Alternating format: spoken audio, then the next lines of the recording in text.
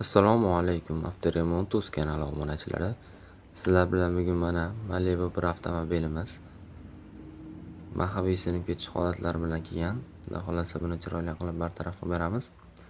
Video yoqqan bo'lsa like va podpiska bosishni unutmaymiz. Qanunda biz boshladik. Mana bu mahaviy holatlari sinib ketgan.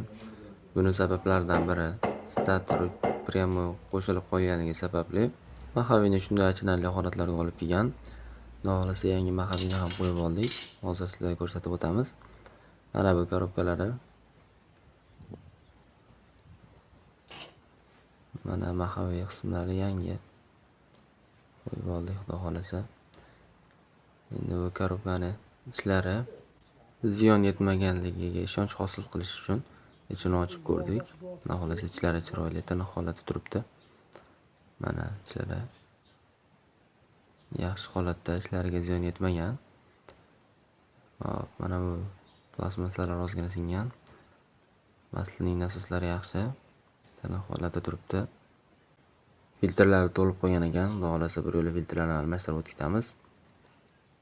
Korobkani filtrlarini har 50 mingda almashtirib turish kerak o'zi. Eslatib o'tamiz. Mana korobkamizni ham yig'ib oldik. Xudo xolasa yig'ishga tayyor. Mana korobkamizni ham joyiga yig'ib oldik. Xudo xolasa buni yurg'izdirib tekshirib beramiz. Mana yig'ilish jarayonlari. Video yoqqan bo'lsa like va podpiska bosishni unutmaymiz. Bundan qiziqlari har oldinda.